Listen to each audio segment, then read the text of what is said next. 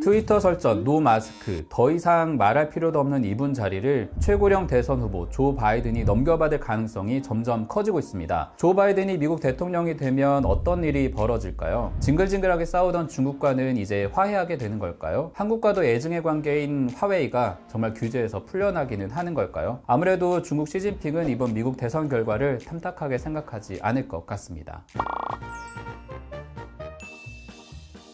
벌써 4년이나 지났어요. 타고난 협상가 사업가인 트럼프는 임기 내내 안 싸운 나라가 없을 정도죠. 그 중에서도 미국의 가장 위협이 되는 이 나라, 무역 갈등의 핵심인 중국, 그 중에서도 최대 IT 기업 화웨이가 있습니다. 매출만 144조, 삼성전자를 넘보는 이 회사를 보다 못한 미국은 스파이 혐의로 기소한 것으로도 모자라서 올해 9월부터는 미국의 특허를 둔 기업들이 화웨이와 거래하지 못하도록 아예 틀어막았습니다. 벌써 2달째 접어든 이번 조치를 두고 영국 파이낸셜 타임스에서는 화웨이에 사실상 사망 선고가 내려졌다 이렇게 평가할 정도입니다. 불구경 다음으로 재밌는 게 싸움 구경이라고 하잖아요. 그런데 이 싸움에 우리도 휘말려서 얻어맞고 있습니다. 화웨이는 우리와 경쟁 기업이라서 믿기도 하지만 삼성전자, SK 하이닉스에게는 가장 큰 구매 고객이거든요. 당장 이번 일 때문에 삼성전자와 하이닉스 반도체 같은 경우에는 내년에 다 합해서 10조 원 정도 매출 감소를 각오해야 할 만큼 파장이 엄청납니다.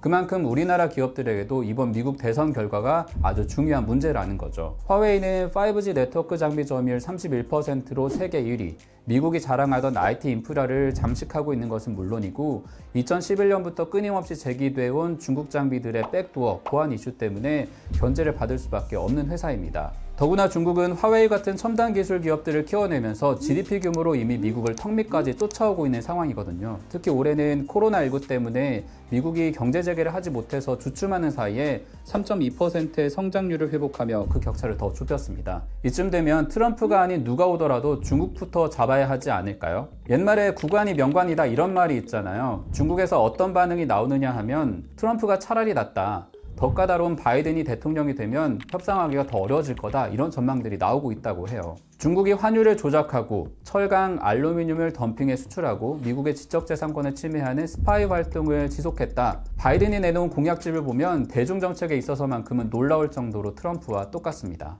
다시 말해 트럼프가 베이징의 꼭두각시다 라면서 친중 프레임을 씌우고 있는 바이든이 집권하더라도 미국의 미래를 위협하는 중국을 견제할 수밖에 없는 입장이 된다라는 것이죠. 물론 바이든은 전 부통령, 상원 외교위원장까지 지낸 탁월한 중재자로 평가받고 있습니다. 오바마 정부 시절과 마찬가지로 미국과 중국의 관계가 극단적으로는 흐르지 않을 수 있다 이런 예측도 가능한 대목입니다.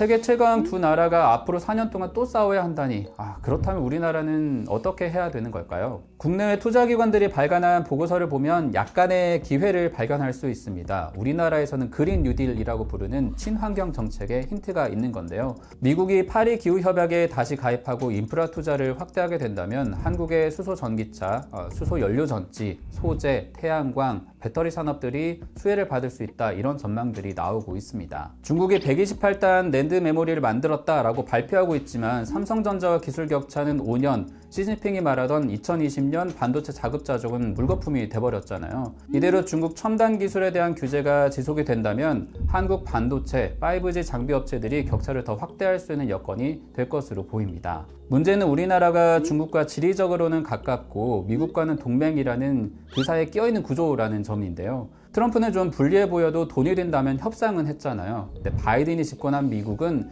미국이냐 중국이냐를 두고 선택을 강요하는 환경을 만들 수 있다라고 합니다.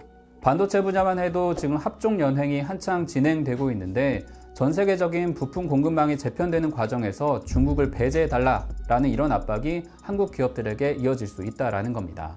각종 쇼맨십으로 전 세계를 뒤흔든 트럼프가 떠나도 앞으로 4년은 힘든 시기가 될 것으로 보입니다. 그래도 삼성전자, SK 하이닉스, 현대차 같은 국내 기업들은 기회를 발견할 수 있을까요? 한입경제 오늘 순서는 여기까지입니다. 대선 이야기도 여기까지 하고 다음에 다른 이야기로 또 찾아오겠습니다. 또 만나요.